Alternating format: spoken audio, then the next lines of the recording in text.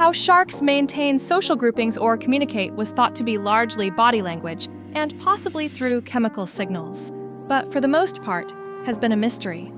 This study opens up a whole new possibility of communication via sound.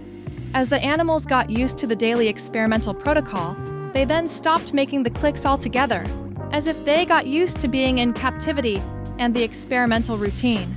I think there is a chance other sharks are making similar noises. This study opens up the possibility of these smaller sharks sounding the alarm.